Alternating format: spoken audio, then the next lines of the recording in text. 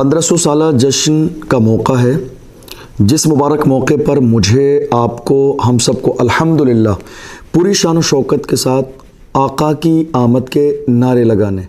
मैं आप सबसे गुजारिश करूंगा इस मुबारक मौके पर ऐसा कोई नारा ना लगाएं जो हमारे मुल्क के कानून के ख़िलाफ़ हो या शरीयत मुतहरा के ख़िलाफ़ हो, बल्कि इस मौके पर जुलूस मुहम्मदी में शुरू से लेकर आखिर जुलूस तक हम सबको नारे सिर्फ़ हुजूर की आमद के लगाने।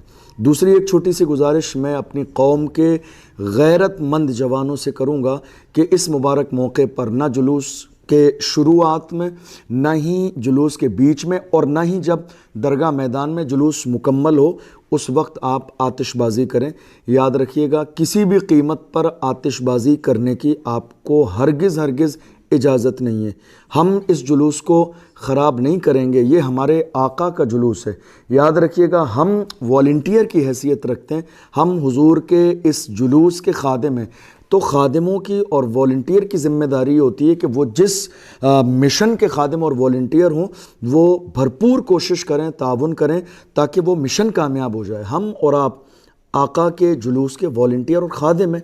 हमारी ज़िम्मेदारी ये है कि हम बेहतर से बेहतर अंदाज में जुलूस निकालने की कोशिश करें।